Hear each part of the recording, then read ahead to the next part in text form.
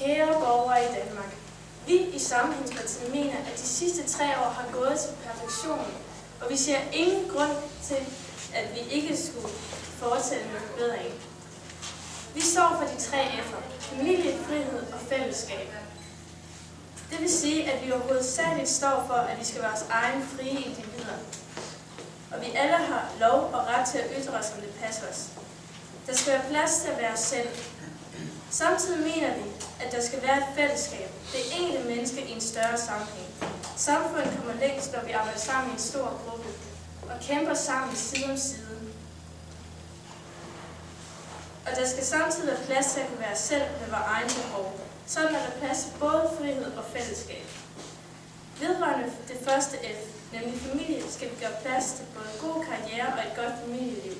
Vi skal gøre det muligt, at forældrene kan være bekendt at efterlade deres børn i dagsinstitutionerne. Det vil vi gøre ved at investere f.eks. i uddannelser til pædagoger og babysitter. Vi vil også tage initiativ til at udbrede barselsfonden. Sammenhængspartiet mener, at vi skal give størstedelen af vores overskud til uddannelser. Vi har allerede forbedret folkeskolerne markant. Vi har sat mere fokus på faglighed, og vi har indført flere skoletimer. Og vi har strammet et bindende grundpensum op. Cirka 30% af alle unge tager videreuddannelser, og vi vil gerne have, at det procenttal stiger til i hvert fald 50% inden for det kommende årti.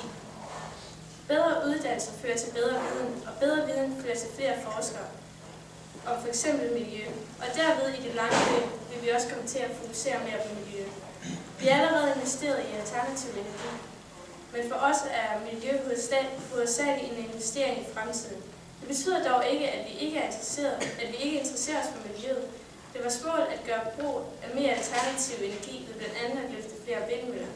Vi vil også rejse skove tættere på byerne, da det er med til at skabe en renere grundvand. Når skat kommer ind. I løbet af de 3 sidste år har Sammenhængspartiet opnået skattelettelser til borgerne. Grunden til det indtil videre ikke er sundet yderligere, er, at vi lige nu koncentrerer os om forbedringer. Vi investerer størstedelen af overskuddet til det offentlige, i særlig grad skoler og videregående uddannelser. Og når behovene er stillet, hvilket vi gør, det vil blive i den snareste fremtid, så vil vi sænke skatten yderligere. Til den tid har vi også et overskud for de skattepenge, som er indtjent, mens vi har brugt det gamle overskud. Og det nye overskud og de fremtidige indkommende skatter vil dække den tids nye behov. Så ifølge vores politik løfter vi samfundet, og så sænker vi skattene. På den måde har vi løftet de svage op og beholdt de stærke. Vi har en harmonisk grænse, der gør gavn for alle. De stærke vil ikke lide under økonomiske knæk, men i det lange løb kun gøre gavn. Svage vil få omgående hjælp, og derefter vedligeholde deres nu forbedrede position i vores samfund. Så vi vil under ingen omstændigheder, hverken nu eller senere, hæve vores skatte.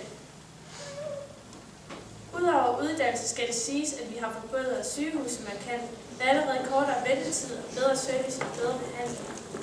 Og vi vil igen fortsætte med at forbedre. Retspolitikken er også blevet strammet op, og vi har fået strengere straffe.